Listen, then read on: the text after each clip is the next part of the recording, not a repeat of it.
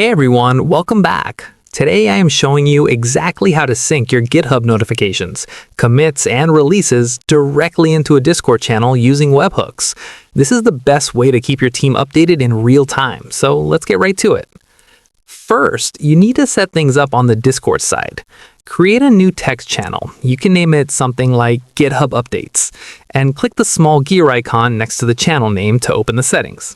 Go to the Integrations tab and click on Create Webhook. You can give your bot a name like GitHub Bot, and most importantly, click the button to copy webhook URL. Keep this URL safe and do not share it publicly, as anyone with this link can post messages to your server. Next, head over to your repository on GitHub. Click the Settings tab at the top of the page and select Webhooks from the left-hand sidebar. Click the Add Webhook button. In the Payload URL field, paste the URL you just copied from Discord. Crucially, you must add /GitHub to the very end of that URL so GitHub knows how to format the data for Discord.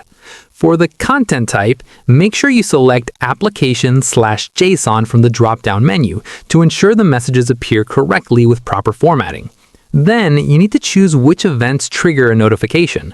You can stick with just the push events to see every commit, or let me select individual events to get notified about new releases, pull requests, or issues. Once you've made your selections, make sure the active checkbox is ticked and click Add Webhook.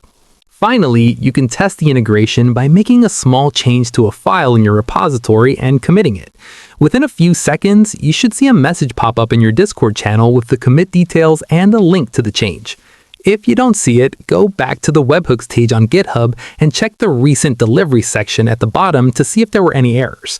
And that is it. Your GitHub and Discord are officially synced.